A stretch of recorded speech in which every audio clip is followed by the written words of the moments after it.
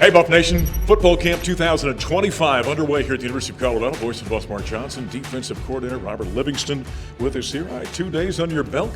This is the best time of year, isn't it?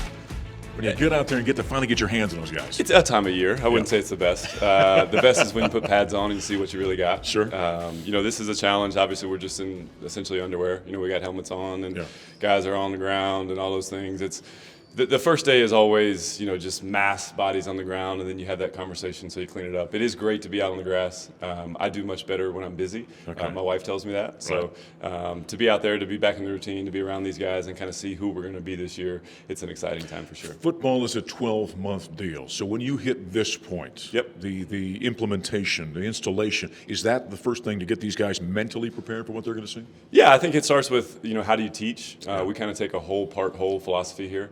So with the portal being open, that second window, there's some guys that we haven't seen live. So we want to bring those guys along slow and just put them in competitive situations. We had a nice red zone drill today. We'll continue to do those things and try to play as meaningful, real football as you can, so the first game's not a shock. Do you like, I don't know, it's an equation. You're trying to get everything together by the time we hit that first game against Georgia Tech.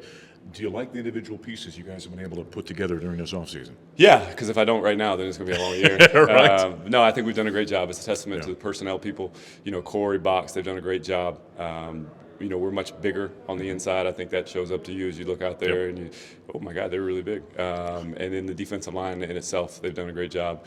Obviously, remade the linebacker room, so that looks different, and we'll kind of work our way through that. And then having 3 guys that played in the secondary last year, in DJ, Preston, and Carter back, obviously puts your mind at ease a little bit. Yeah, that's some great experience. The thing is, you don't have number 12 back there. You used to say to me last year, he makes me look awful good at times. Yeah, I think my son could have called a lot of defenses for number 12. But yeah, Travis is one of one. He's a unicorn. I know we've talked about it. Yeah. But you don't replace that guy, right? You don't. You have to adapt and adjust. I think it's our job as coaches to find 5, 6, 7 guys that can change the game and get them shots. Steph Curry, all the NBA players that are just lethal from three-point range. Well, they're getting shots up, right? Yeah. So if we got a good blitzer, let's blitz them. We've got a good cover player, let's let them cover, and put guys in positions where they can change the game. I would imagine as a coordinator, you've got a system.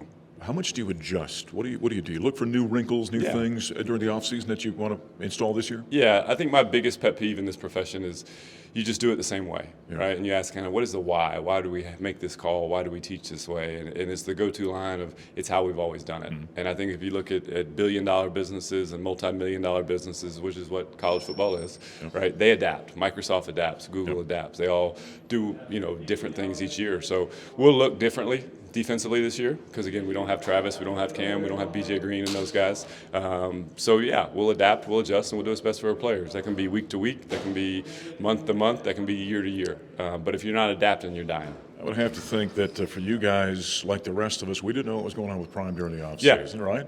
You guys had to keep doing your jobs, but it's great to have him back out there. And as you'd expect with him, he comes in at 100 miles an hour, doesn't he? Yeah, it's obviously we're talking about things that are much more important than football, which is life and life outside this building.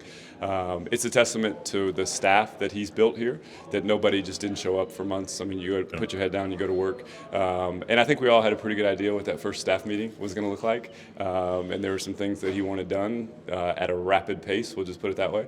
But he's the best. Again, I've talked about it. He's changed my life. He's changed my family's life. You step back from it and, the first one-on-one conversation when he got back, he wants to talk about my kids. Yeah. And it's just, he's the best. He's the Pied Piper. I would run through a wall for that dude. 2025, at the end of this year, when somebody says University of Colorado defense, what's the word you want them to describe your defense this year? I think all you're looking for is, whether it's a coach after the game or it's fans or it's whatever, is you guys played as hard as anybody I've ever seen. The X's and the O's, all that stuff will take care of itself. But if we have a relentless effort to the ball and if we care more about our brothers beside us than we do making plays for our own, then we'll be successful. Boy, it'll be here before you know it. It will. Look forward to it. Georgia Tech. Defensive coordinator Robert LIvingston. He and the Buffalo is getting ready for the Yellow Jackets coming to town at the end of August.